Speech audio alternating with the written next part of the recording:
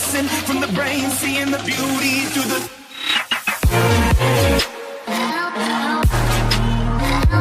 What is up, YouTube? Welcome back to the video, and today we will be recapping Erik Jones's 2019 season. Now, I decided to kind of put his separate to that of his teammates over there at Joe Gibbs because his season was kind of a different mood than theirs. The rest of his teammates made it to the championship 4, and one of them obviously won it, in Kyle Busch, and the other two, I mean, Martin Truex at least competed for it, and Hamlin was just kind of there, but I want to kind of talk about their season separately than that of Erik Jones, just because I feel like if you were somebody that didn't really know a lot about NASCAR and you were to see Erik Jones and compare him to his teammates, not that Erik Jones is bad, but he's just not to the level of his teammates yet, assuming that he will.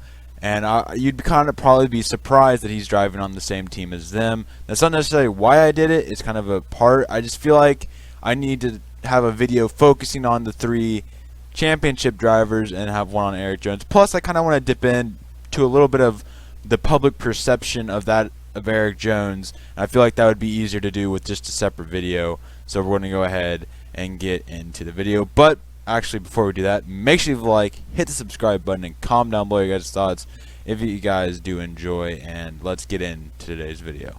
So Erik Jones's 2019 stats looked like this. He finished 16th in the points, had an average finish of 16.2, had 17 top 10s, along with 10 top 5s, and 1 win. Not a lot of improvement on that of the season prior, but still a decent season. He had a very nice part of the season there, kind of towards, I think it was Kentucky, Darlington was in there. Obviously, he won Darlington. Pocono. He had a nice stretch in the month of July where he was just finished. I think his worst finish was 4th. He was looking really good, and that kind of separated him. He was on the cutoff line, I believe, outside of the playoffs at one point. He kind of turned around, started finishing better, and was able to point his way in. And then obviously he got the win at Darlington, which confirmed it. But then he got to the playoffs, and it was just not pretty in the slightest. I mean, and throughout the season, really, I didn't mention this. Throughout the season, he was really hit or miss. One weekend, he would be, Erik Jones, top 5, top 10 driver, and other weekends he would be not so good. And I don't know if that's necessarily something we can attribute to Erik Jones. I don't think it's all Erik Jones. I think there was, I know it's kind of crazy to say that the car Joe Gibbs has given him might not have been. I don't know if it's obviously not the car. Maybe it's something to do with the crew chief. But, I don't think it was all Erik Jones. I could be wrong. But the reason I think it's the crew chief is there was a lot of issues in terms of mechanical issues and stuff like that. Stuff you don't really see with Martin Truex, Kyle Busch. Actually, you did see that a lot with Kyle Busch this year. It seemed like his cars would have quite a bit of issues throughout the season. But, just there's a lot of mechanical issues. Like I said, I'm not trying to put all the blame on that. There is some races where Erik Jones did not perform very well, but I don't think we can shoulder the blame completely on Erik Jones.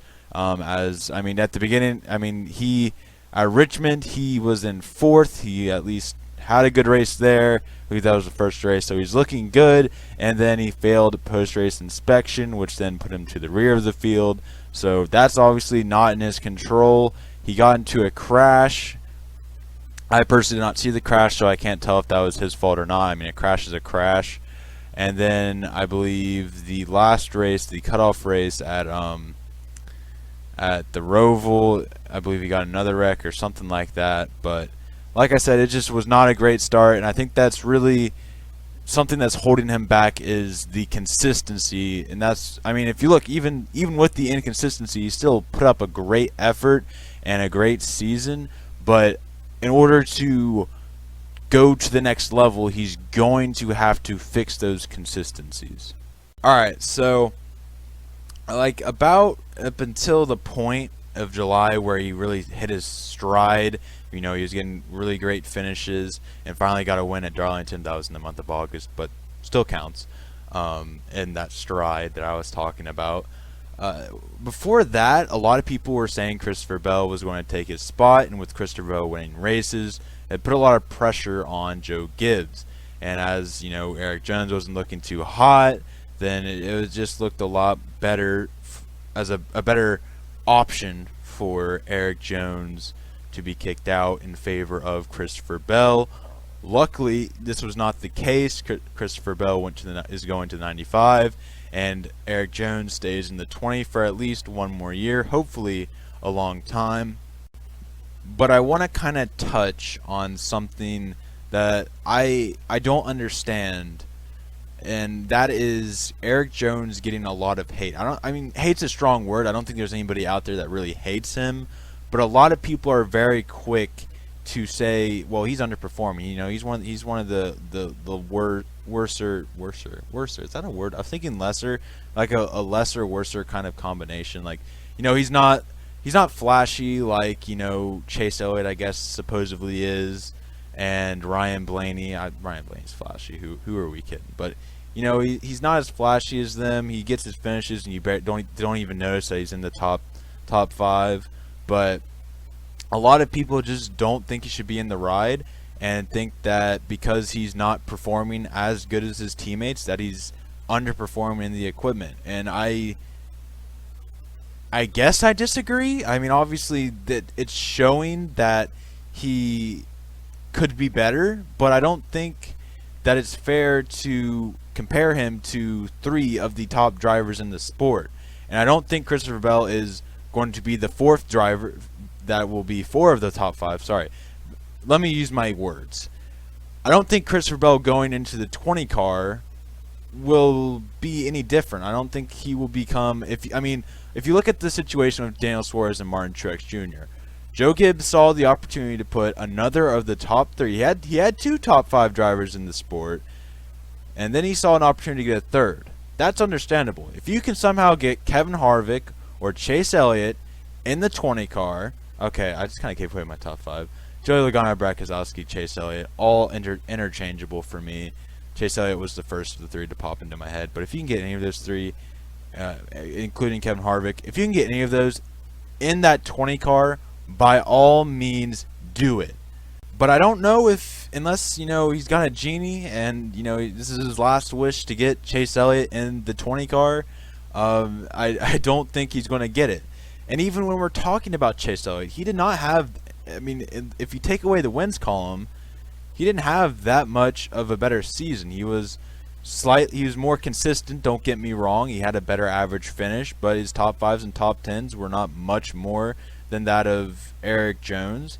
And I just think Erik Jones, when he goes on a low, it's lower than Chase Elliott and, you know, the rest of the drivers. But I mean, if you look at, you know, the point that he's not performing as well as his teammates, I mean, look at Chase Elliott, William Byron, Alex Bowman. Nobody likes Alex Bowman. I understand that. Nobody likes him except for Alex Bowman fans, which I'll make a video about why nobody likes him and coming soon. But nobody likes Alex Bowman, so I can't use him as an example. But when we look at William Byron and Chase Elliott, they are 2 drivers that, you know, everybody loves and adores, and, you know, nobody would want them. And see, I'm a Chase Elliott fan, and I'm saying this stuff, so everybody's gonna call me an unloyal Chase Elliott fan. But when you look at them, nobody thinks they should be kicked out of the ride. But they're in equipment that just at the beginning of the decade, which, yeah, I guess is 10 years ago, but really as soon as recent as 2015, 2014, they were competing for championships with Jeff Gordon, Dale Earnhardt Jr., and Jimmy Johnson, and I can't remember, Casey Kane was, I mean, he was I mean, he's, you know, Casey Kane about it, but those 3 drivers were competing for championships, and now we get these young drivers in, and they're not doing nothing. They're not coming in guns blazing like Jeff Gordon and Jimmy Johnson and Tony Stewart and Kurt Busch and Matt Kenseth. I mean, Matt Kenseth was the opposite of guns blazing, but you get my point. They didn't come in as successful as all the other drivers that we're used to seeing, but we don't see anybody calling for Chase Elliott and William Byron's head. Ryan Blaney as well. He's a couple steps behind, regardless of wins and top 5s. He's still a couple steps behind Brad Keselowski and Joey Logano. So why aren't we calling for his head? That's my point. Is that if we're going to be on Alex Bowman and Erik Jones, since I'm going to bring Alex into this, if we're going to be on their heads, we need to be on everybody else's head. Because Alex Bowman was not that much worse than Chase Elliott this year, but we're all on his head as well. But that's really all I got. I think I want to elaborate this in an Alex Bowman video, so I didn't want to go too into detail. But I don't think anybody should really be hating on Erik Jones. He's not getting a lot right now, but I feel like it's going to start coming back up as the season goes on, and maybe Christopher Bell does good. I don't know. We'll see what happens. But that's all I got for today. If you guys did enjoy, make sure you like, hit the subscribe button. I'll see you guys in the next one. Peace out.